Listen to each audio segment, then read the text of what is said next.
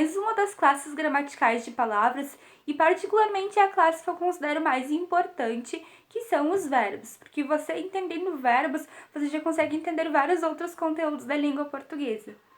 Então, é importante já falar desde o início que os verbos são também a classe que mais se flexiona, que mais varia. E isso pode muitas vezes assustar, pode gerar confusão, mas hoje nós vamos entender um pouquinho sobre essas flexões e ver então que na verdade é uma classe fácil de aprender. Então, antes de tudo, o que nós temos que lembrar é que verbos podem indicar ações, estados ou fenômenos. E aí eu trago aqui 3 exemplos de músicas bem conhecidas nas quais vocês vão ver os verbos se comportando como cada uma dessas coisas.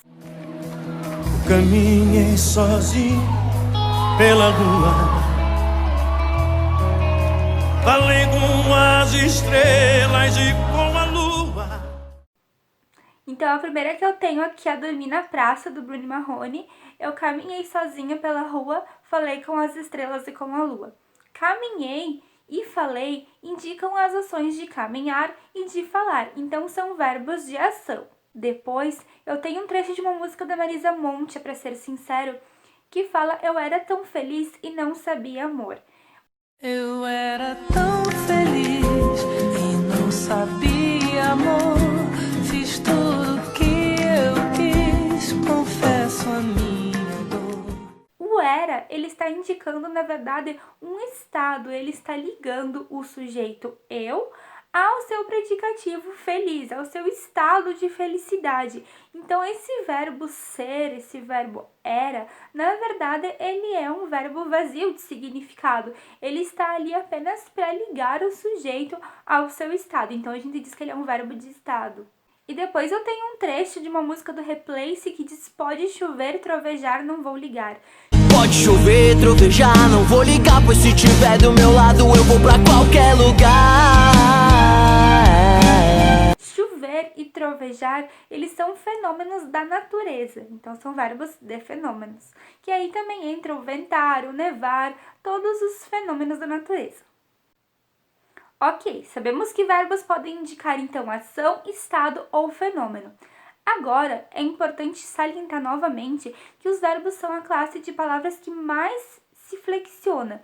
Então, nós vimos nas outras classes que estudamos que podem se flexionar por grau, aumentativo ou diminutivo, por gênero, feminino ou masculino, ou por número singular ou plural. Com os verbos, isso é um pouquinho diferente, porque são várias outras flexões. E nós vamos ver cada uma delas mais detalhada agora. Então, a primeira flexão que nós vamos ver é por pessoa, que também está ligada à flexão por número, porque existem pessoas no singular e no plural. Então, no singular, nós temos a primeira pessoa, que é eu, a segunda, tu, e a terceira, ele. E no plural, a primeira pessoa, nós, a segunda, vós, e a terceira, eles. Então, pegando, por exemplo, o verbo cantar. Eu cantava, tu cantavas. Ele cantava, nós cantávamos, vós cantáveis e eles cantavam. Percebam então que o verbo se flexionou, ou seja, ele se modificou para concordar com a pessoa e número que estava na mesma frase. Os verbos podem ainda se flexionar em relação ao tempo. A gente fala de um jeito se está falando de uma ação que a gente fez no passado, ou de uma ação que estamos fazendo no momento, ou de uma ação que vamos fazer no futuro, certo? Então, existem esses 3 tempos: passado, presente e futuro. E aí o passado também é chamado de pretérito, mas é a mesma coisa. Eles podem ainda se flexionar em relação ao modo. E aí existem 3 modos: o indicativo, subjuntivo e imperativo. E podem, por último, se classificar quanto a voz, que nós não vamos ver com detalhes ainda nessa aula, mas só para vocês terem uma base, então, voz estabelece a ligação entre o verbo e o sujeito. No caso, se o sujeito da frase praticou aquela ação, se ele sofreu aquela ação, ou se ele praticou e sofreu. E aí, então, quanto à voz, o verbo pode ser ativo, passivo ou reflexivo. É importante salientar que os verbos podem ter 3 conjugações, ou seja, 3 terminações. Podem terminar em ar, er ou ir. E aí eu trago o exemplo dessa música Tocando em Frente, do Almir Sater, que tem exemplos de verbos com todas essas terminações. Tem o andar, que termina com ar, né? O levar, que também termina com ar. Depois ali tem o conhecer, que termina com er. O florir e o sorrir, que terminam com ir. Ando devagar, porque já tive pressa, e levo esse sorriso, porque já chorei demais. Conhecer as manhas e as manhãs, o sabor das massas e das maçãs. É preciso amor para poder pulsar, é preciso paz para poder sorrir, é preciso a chuva para florir. Então a gente vê verbos nessas 3 opções de terminação. Claro que ali estão conjugados, né? Mas a sua forma original, o seu infinitivo, que a gente vai ver logo adiante, são com essas 3 terminações. Quando os verbos não estão conjugados, eles apresentam o que chamamos de suas formas nominais. E aí as formas nominais, elas podem se apresentar também de 3 formas. Ou ele vai estar no infinitivo, ou ele vai estar no particípio ou no gerúndio. Infinitivo é quando tem essas terminações que eu falei agora, terminando em ar, em er ou em ir.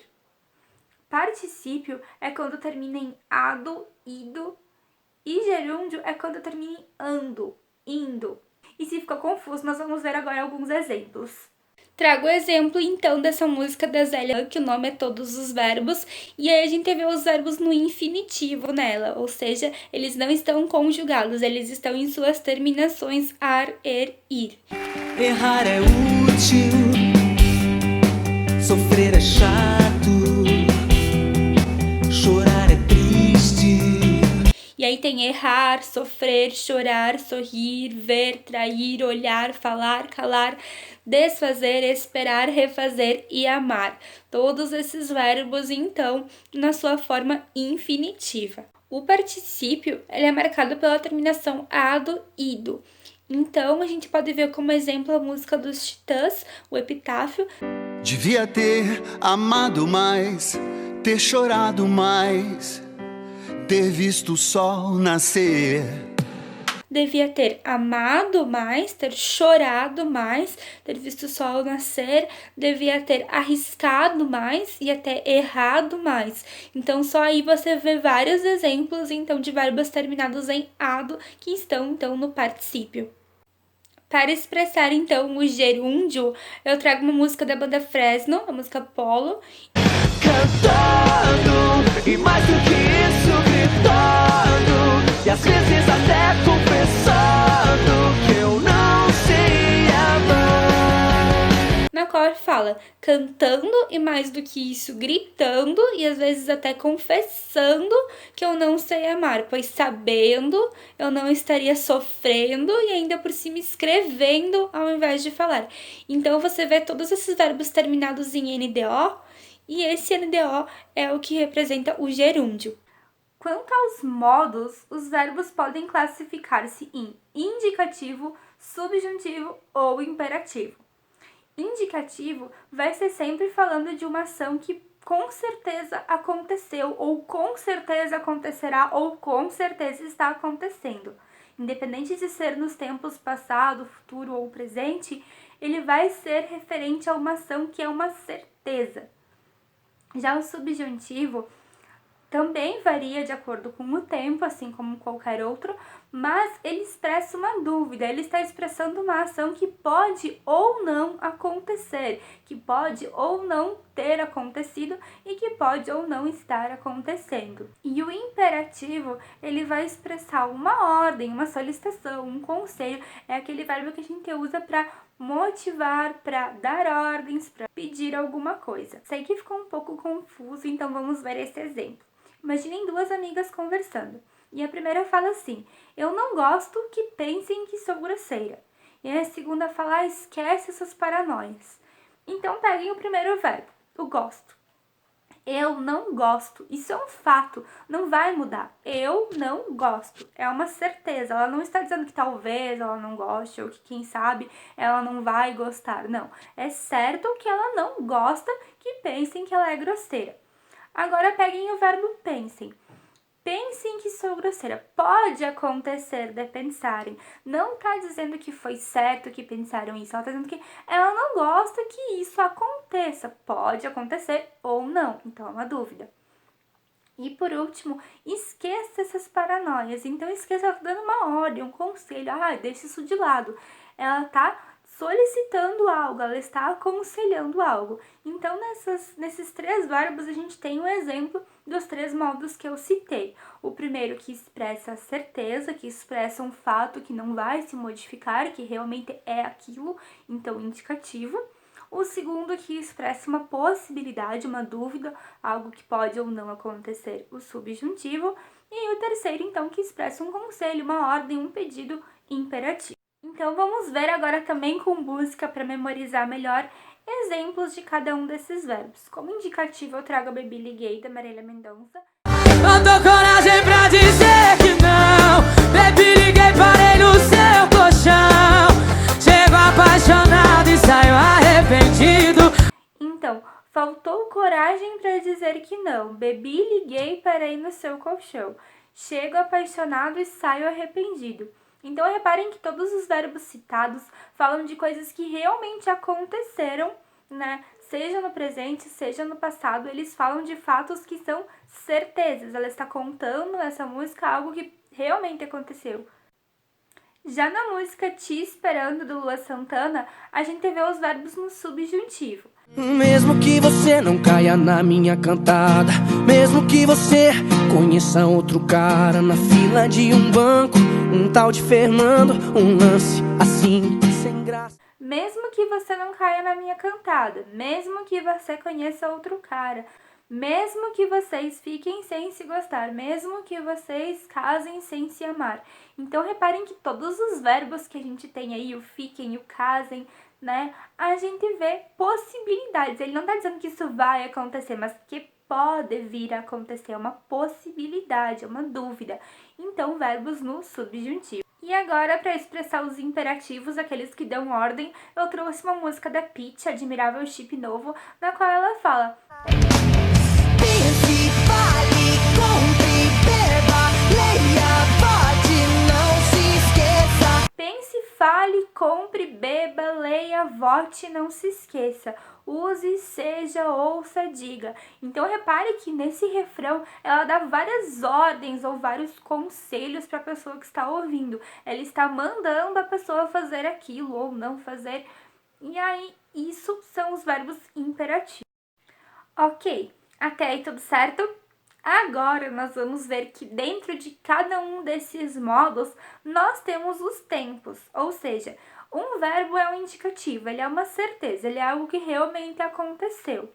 Só que essa certeza ela pode ter acontecido no passado, ela pode estar acontecendo agora ou ela pode vir a acontecer no futuro. Então, por isso a gente também divide os verbos em tempos. E aí nós vamos ver que cada um desses modos, seja o imperativo, o indicativo, o subjuntivo, eles vão ter os seus tempos e as suas peculiaridades em cada um. Então vamos começar pelo indicativo. No indicativo, o verbo pode estar no presente. E aí eu vou pegar o verbo estudar. Eu estudo. Hoje eu estudo. Isso é uma coisa que acontece hoje, que está acontecendo agora. Então, reparem que um verbo no presente do indicativo, ele fala como se fosse algo que está acontecendo no momento em que eu estou falando, ou algo que costuma acontecer com certa frequência, né? E também uma verdade incontestável, né? Eu estudo, não é uma possibilidade, como seria se fosse subjuntivo. Ele é o indicativo, ele é uma certeza. Não é uma possibilidade, é um fato que realmente está acontecendo. Já para o passado, que a gente também chama de pretérito, ele pode se apresentar de 3 formas. Então, pode ser pretérito perfeito, que trata de algo que já aconteceu e já terminou lá no passado. Eu estudei. Ontem eu estudei. Deu.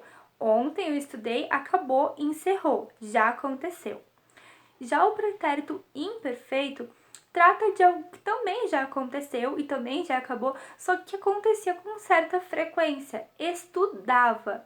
Eu estudava. Então você tem a ideia de que isso acontecia, né, mais de uma vez, que era um hábito meu. E aí, se ficou confuso entre os dois, imaginem, por exemplo, o verbo viajar. Se eu disser para vocês, no verão eu viajei para São Paulo, vocês vão ter a ideia de que em um verão eu viajei para São Paulo. Foi uma coisa que aconteceu uma vez. Agora, se eu disser, no verão eu viajava para São Paulo, vocês vão imaginar que isso acontecia todo verão, que era um hábito meu que acontecia com certa regularidade. E dentro do passado, nós temos ainda o pretérito mais que perfeito, que antigamente a gente utilizava com a terminação ara, então ficaria estudara, mas hoje em dia raramente alguém fala assim, né? Apesar de que as gramáticas ainda trazem dessa forma, então é importante saber que a terminação correta do pretérito mais que perfeito é esse ara. E o pretérito mais que perfeito, ele serve para indicar uma ação que aconteceu no passado antes de uma ação que também aconteceu no passado. Então, por exemplo, eu posso falar que quando ele chegou em casa, eu já tinha estudado, tá? E reparem que o chegou, o quando ele chegou, também foi uma coisa que aconteceu no passado. Eu tô contando de algo que já aconteceu. Só que quando ele chegou, eu já tinha estudado. Então, esse meu ato de estudar veio antes do ato dele de chegar. Então, o ato dele de chegar foi no passado e o meu de estudar foi ainda mais no passado. Por isso, o pretérito mais que perfeito. E aí é comum que a gente use dessa forma hoje. Tinha estudado. Mas, se fosse falar na forma culta, eu diria quando ele chegou em casa, eu já estudara. E quanto ao futuro do indicativo, ele pode ocorrer de duas formas. Pode haver futuro do presente, que é algo que vai acontecer certo, que vai acontecer, já tá garantido que vai acontecer, então eu estudarei, é certo. E o futuro do pretérito, que é algo que poderia vir a acontecer, mas que requer uma condição. Estudaria. Então, imagine que se eu pudesse, eu estudaria. Reparem que todos os verbos citados, independente do tempo, eles estão no indicativo e eles indicam uma certeza, como a gente já viu antes. Então, independente do verbo estar no pretérito, ou no presente, ou no futuro, ele está indicando uma certeza, algo que realmente aconteceu, ou que está acontecendo, ou que vai acontecer. Mesmo ali no caso do futuro do pretérito, que requer ali uma condição, que você viu o verbo estudaria, né? Ele está dizendo que realmente eu estudaria, um fato que eu estudaria se não tivesse acontecido determinada coisa, né? Então, apesar de não ter acontecido, eu estou garantindo que isso teria acontecido. Não era uma possibilidade, era uma certeza de que eu ia estudar, porém aconteceu determinada coisa que me levou a não conseguir estudar. Já o subjuntivo, como nós vimos, eles expressam possibilidades, eles expressam coisas que podem ou não acontecer. E aí essas coisas, elas estão divididas em presente, em pretérito imperfeito e em futuro. Então, no presente, vão ser aquelas palavrinhas que expressam um desejo, uma possibilidade que pode acontecer. E elas são precedidas pela palavra que. Então, tomara que não chova, tá? Eu estou dizendo que pode ou não chover, mas eu particularmente torço para tomara que não chova. Então, sempre que o verbo subjuntivo aparecer no presente, a gente vai conseguir encaixar a palavrinha que ali na frente. E aí, de novo, a gente volta ao exemplo da música que eu citei. Mesmo que você não caia, mesmo que você conheça outro cara, então reparem que tem o que na frente. E sempre que isso acontecer, o verbo vai estar no presente. Já o pretérito imperfeito do subjuntivo, ele expressa algo que poderia ter acontecido, mas que também havia uma condição para isso, né? Então, se ele se abrisse mais, teria mais amigos. Então, reparem que o abrir-se é uma coisa que poderia ter acontecido no passado, mas que não aconteceu e por isso talvez ele não tenha mais amigos, né? Então, reparem que, novamente, eu não tô falando de uma certeza, é uma coisa que poderia ter acontecido, mas que se tivesse acontecido, a gente entende que é uma coisa no passado, se ele se abrisse mais. E aí, entendam que, assim como o presente do subjuntivo tá precedido pela palavrinha que, você consegue encaixar a palavrinha que, o pretérito imperfeito está precedido pela palavrinha se. Então, vai ser sempre se ele se abrisse, se ela fizesse, se tu conseguisses. Enquanto isso, o futuro, ele tá precedido pela palavra quando. Então, uma coisa que pode vir a acontecer amanhã ou depois, ou até mesmo alguns minutos depois, né? Então, quando estiver pronta, me avise. Quando puder falar, me ligue. Então, reparem que eu estou dizendo de um fato que pode, provavelmente vai vir a se realizar, mas que ainda é uma possibilidade, né?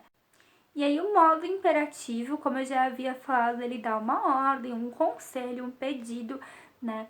Ele dá uma prescrição de algo. Ele também está bem presente nos textos de receita, nos textos prescritivos em geral, bulas, manuais, que eles instruem a pessoa a fazer alguma coisa, né?